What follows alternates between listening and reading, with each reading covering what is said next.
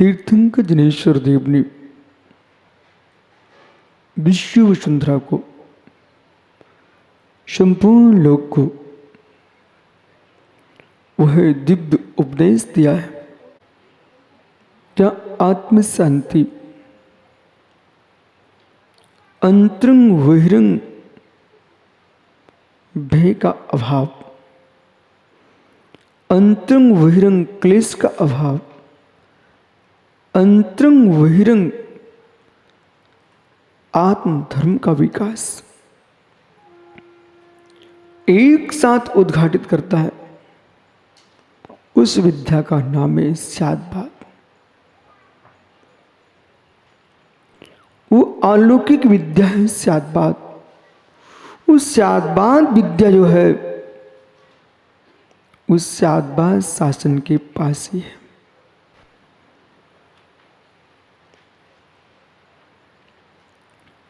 ऐसा कोई भंग नहीं जिसमें कसाय अंश को जन्म दिया जाए। ऐसा कोई सात भंग नहीं है जो आपकी आत्मविशुद्धि का साधन न हो। जहां पक्ष है वहां प्रतिपक्ष नियम से होगा। जब पक्ष का प्रतिपक्ष होता नियत है तो क्लेश क्यों? पक्ष नहीं होगा तो प्रतिपक्ष कैसे होगा, और प्रतिपक्ष नहीं होगा तो पक्ष कैसे होगा? पेट नहीं होगा तो पेट कैसे? पीठ नहीं होगी तो पेट कैसे? दीवाल का ये भाग है कि वो भाग है। एक भाग नहीं होगा तो दूसरा भाग हो नहीं सकता। सिक्का चित्त है कि पट्ट है? सिक्का चित्त है कि पट्ट है? यदि चित्त है तो पट्ट होना नियत है, पट्ट है चित्त होना नियत है, प्रतिपक्ष का होना नियत है। अब कोई पुरुष सोचे कि मेरा पक्ष ही पक्ष हो, तो तुम हो किसके शासक हो? पक्ष ही पक्ष हो, विपक्ष न हो, ऐसा होना भी नहीं चाहिए। लड्डू भैया, विपक्ष का होना अनिवार्य है।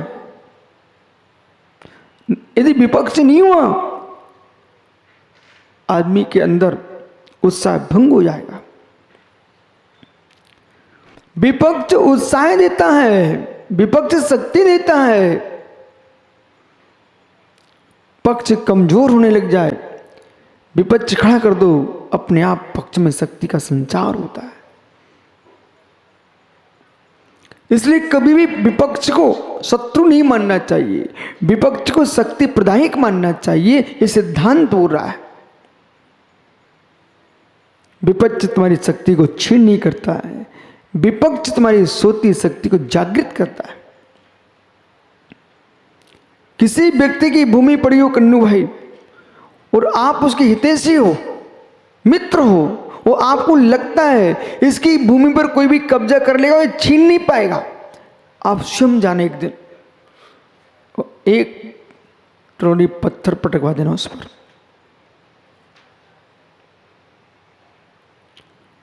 और एक बोर्ड लगवा देना, ये भूमि मेरी है, भवन तैयार हो रहा है।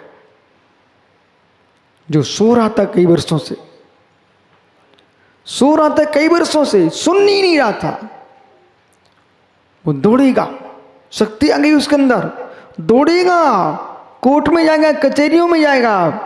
और मित्र धीरे से, आप तो हितैषी थे ना, मित्र थे, किसी ऐसे आदमी से बोलने, किसी को बोल दो कि जितनी जल्दी हो सके अपना काम कर ले, नहीं तो कब्जा पक्के में है।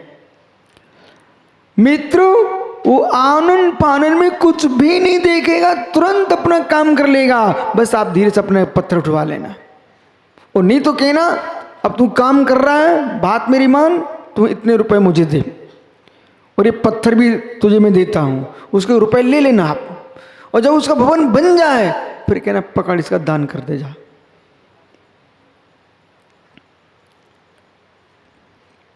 आज की गाथा यही कह रही है। गाथा सूत्र कह रहा है कि जहां पर पक्ष होगा वहां व्यक्ति शक्तिहीन हो जाता है, और जैसे विपक्ष आता है उमंग आती है। विश्वास मानिए, दिन ही दिन रहेगा, तुम सब मर जाओगे। ऐसा लगता है आपको कि दिन छोटा पड़ रहा है, काम पूरे नहीं हो पा रहे हैं। विश्वास है कि एक दिन बड़े हो गए तो तुम कभी काम पूरे नहीं कर पाओगे। यदि पंडित साहब मांगीलाल जी पंडित जी, यदि दिन बहुत बड़े हो गए, रात्रि 4 दिन बाद आती हो, आदमी मर जाएगा, आदमी मर जाएगा। क्यों? क्योंकि वो दिन भर सोचेगा काम करूं काम करूं। आपको बोध होना चाहिए, चलते ट्रक को भी खड़ा किया जाता है, चलते बैलगाड़ी को भी खड़ा करके। मित्र सच्चा किसान होता है तो बैलों को खड़ा करके उनको लघुशंका कराने के लिए गाड़ी को खड़ा कर लेता है। चलती बैलगाड़ी को भी वो किसान पानी पिलाने बैलों को जाता है, भोजन कराता है, मित्र थोड़ा विश्राम देता है। कितनी किसान को बड़ा काम हो, लेकिन दोपहरी में अपने हल को खड़ा करके रख देता है, खेत को जोतता नहीं है मित्र। ट्रक वाले भी ट्रक खड़ा कर लेते थोड़ी देर के लिए। मशीन को ठंडा कब करोगे? मशीन को ठंडा कब करोगे? रात्रि तुम्हारे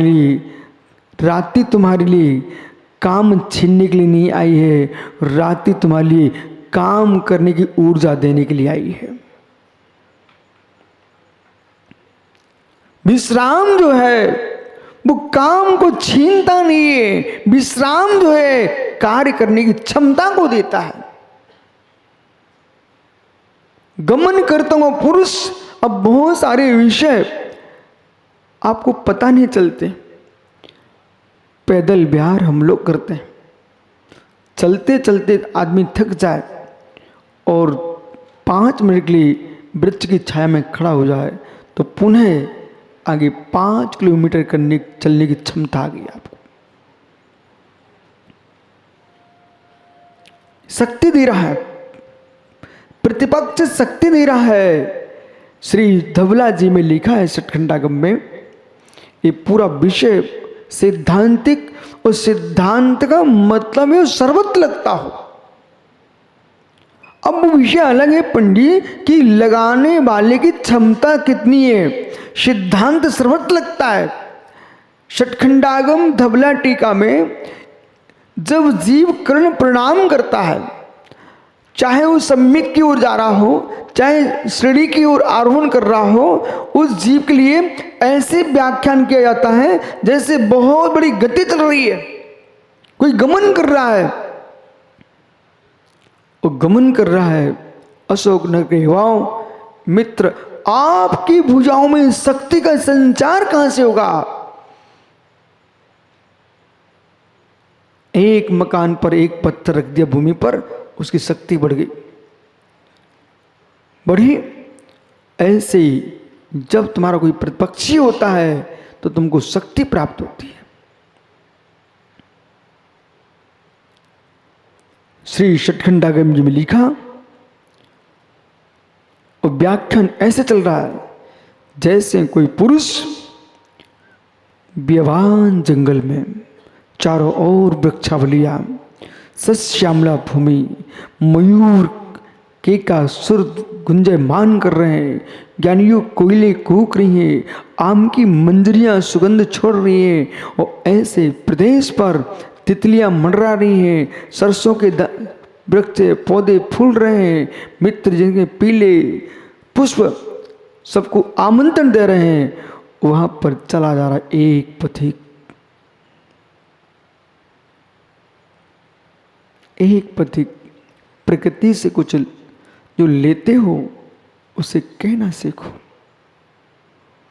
प्रकृति से जो लेते हो उसे कहना सीखो, उपकार मानना सीखो।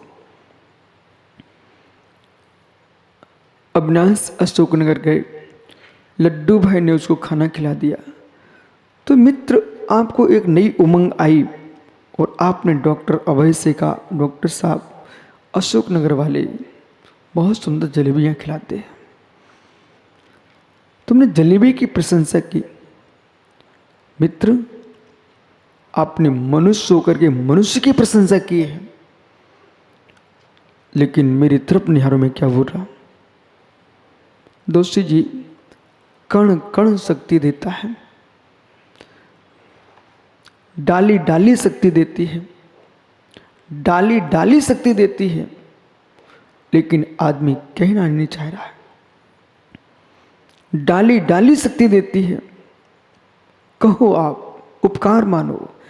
जैसे आपने अशोकनगर की जलेबी की प्रशंसा की है, मित्र आप यहाँ आए, आपने रायपुर में आकर के यहाँ की मान्य स्तंभ को देखा, मंदिर के गेट को देखा, समाज के घरों की सीढ़ियों को देखा, समाज के स्वभाव को देखा, और किसी ने आपसे पूछा मंदिर कैसा लगा, आप कहने लगे चौबीसी के दर्शन करके हृदय गदगद हो गया।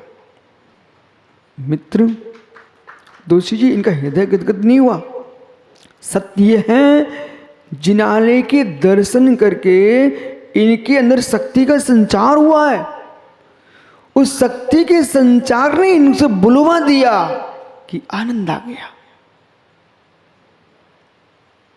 वहीं दोषी जी ने मान्य स्तंभ के पास जाकर के देखा, कुछ लताएं लगी हुई थी, पुष्प खिले हुए थे। उन्हें देख करके मान्य स्तंभ की और शोभा बढ़ रही थी। समोषण में, भगवान जिनेंद्र के समोषण में बावड़ियाँ होती हैं, बगीचे होते हैं, लता भूमि होती है। आप समोषण की व्याख्या पढ़ना, लता भूमि होती है, समोषण में मालूम बावड़ियाँ हैं, नाट्यशालाएँ हैं, बहुत कुछ होता है। 12 सभाओं के पास पहुंचने के पहले इस सब से आपको गुजरना पड़ता है। आदमी को ये लगता है कि ये सारा विषय क्यों, ये सारा विषय क्यों सीधे भगवान के पास क्यों नहीं लेके गए। मित्र समझ, ये सब तुमको भुलाने के लिए है। दोस्त जी, ये सब कुछ भुलाने के लिए है। एक गूढ़ रहस्य है। प्राचीन जितने मंदिर हैं, उन सारे मंदिरों में बगीचे हैं। जहां प्राचीन मंदिर हैं, मंदिरों में बगीचे, बावड़ियां, सुंदर सुंदर स्थान है। बोली क्यों? इतना इतना मनोरंजन स्थान बना के रखो जिनालय में कि आदमी जो घर से त्रसित होके आया था, दुखित होके आया था, फूले पुष्पों को देख करके, खिले पुष्पों को देख करके उसका मन जो है प्रसन्न होने लग जाए, गदगद होने लग जाए। घर की जो दुर्गंध थी वो सब समाप्त हो जाए, फिर अंदर जाएगा तो प्रभु को देख के गदगद हो जाएगा। मेरे मित्र, खिले हृदय पे भगवान पहुंच जाएंगे। बिराजो भैया, सीधे जगह आंखें मलते मलते घुस गए मंदिर में। सो आधे भगवान दिख रहे, आधे दिख ही नहीं रहे। चार पाई की गंध तो निकल नहीं पाई, भगवान का चेहरा कैसे तुमको दिखेगा। इसलिए जिनालय गूढ़ हो और सीढ़ियों से भगवान बहुत दूर हो। मुख्य गेट से भगवान दूर से दिखें, लेकिन जब पहुंचने के लिए समय लगना चाहिए। जैसे आपने रोड से भगवान दिखना प्रारंभ हो जाते पापड़ी मंदिर में, ठीक है, और जब पहुंचोगे तो देर लगती है। पहले आपको सीढ़ी चढ़ना पड़ेगी, फिर गेट पर पहुंचना पड़ेगा, आपको मान्य स्तंभ के पास पहुंचने के लिए थोड़ा चलना पड़ेगा। मित्र, फिर धीरे धीरे आपको ये पुष्प लता है, कहीं सुधीर इन लताओं को हटा मत देना, नहीं किसी की बुद्धि चल जाए ये व्यर्थ में क्यों लटक रही है। उन लताओं को देख करके, जो लताओं से चिपक के आए थे, उनके भाव ठीक हो जाए। हे मित्र, लताओं को निहार करके वो निहार ले, ओह कहाँ शांति का क्षेत्र है, हम कहाँ विषमता में उलझे हुए हैं। प्रतिपक्ष का ज्ञान कराया जा रहा है। और जैसे आपने देखा कि मंदिर का चेहरा देखते ही आपके परिणाम बदलने लगे। यानी अब देखिए, मंदिर है, जिनालय है, मतलब आपका घर नहीं है। प्रतिपक्ष प्रतिपक्ष हुआ कि नहीं? घर में भोग है, श्री जिन गृह में योग है। घर में भोग है, श्री जिन गृह में योग है। जिस व्यक्ति को अपनी संतान के लिए, अपने कुटुंब के लिए, अपने राष्ट्र के लिए स्वस्थ देखना है, तो मुमुक्षु अध्यक्ष भाटापारा अपनी संतान को, मित्र एक बार दूध पिलाने में देर कर देना, पर जिनालय भेजने में देर मत करना।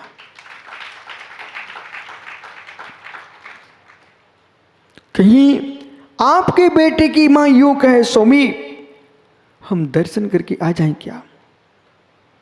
यदि आपने ऐसा कह दिया, नहीं एक काम कर लो फिर चले जाना, प्रेम से बोला, विश्वास मानना, उसको अच्छा तो लगेगा कि ये कह रहे हैं कि काम कर लो फिर चले जाना, अच्छा लगेगा उसको, परंतु उमंग नहीं आएगी।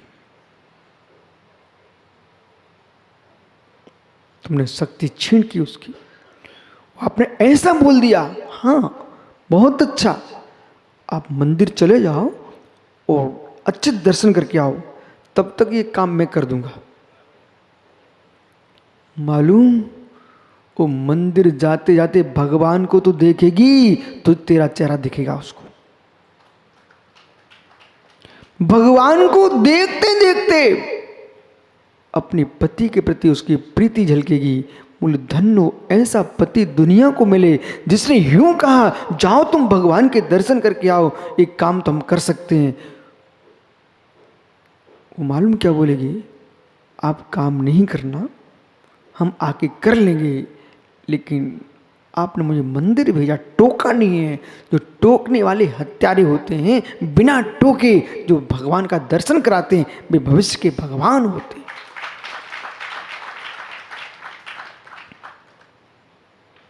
हर पल में टोको, हर पल में